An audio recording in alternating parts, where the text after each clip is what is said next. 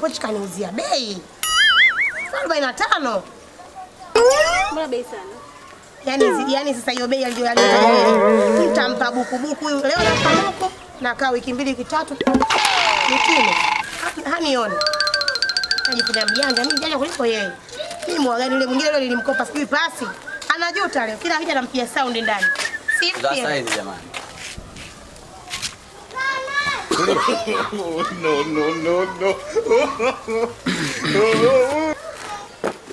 Unakwenda kama nani kwenye kitabu cha hukumu, ngojea ni kuhukumu. Muha bwana. Leo sitaki maneno mengi. Muha. 5000 imebakia. Haya mama yangu unapata lini? Hebu inama kwanza. Iname vipi? Mimi mtoto wa kiume unaweza kuniambia ni iname? Inama na wewe. Wewe langu mimi napata lini? Kila siku nikija ndani kwako. Leo siendi ndani, siingii ndani kwa mguu wa kushoto la kulia mama. Nataka hela yangu. Kazi kuna ninepesha maboga tu hapa mjini. Nipe hela yangu. Na lipstick yako kama barabara ya Nilize za mwendo kasi. Nipe hela yangu wewe. Muha. Wewe mwenye nywele zilizosimama kama uwanja wa Taifa. Wewe. Usinipande kichwani. Kigoma nimeaga mimi. Basi niongee taratibu. Niongee taratibu? Hela yangu mbona unapotoka unanizungusha kaka nani? Kama tabia na mko antia hasira eh. Sasa leo kwa kukuonesha kwamba mimi mwenyewe ni mshenzi wa tabia. Wewe. Nitakujazia nzi. Sio nzi. Unajua kwamba shughuli yangu mimi nikiweka shughuli watu 5000 kwa 45. Lete.